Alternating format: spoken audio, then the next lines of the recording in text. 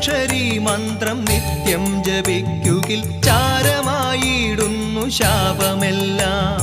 സർവാഭീഷ്ടങ്ങളും വന്നു ചേർന്നിടുന്നു, സംശയം കൂടാതെ പൂജ ചെയ്യൂ.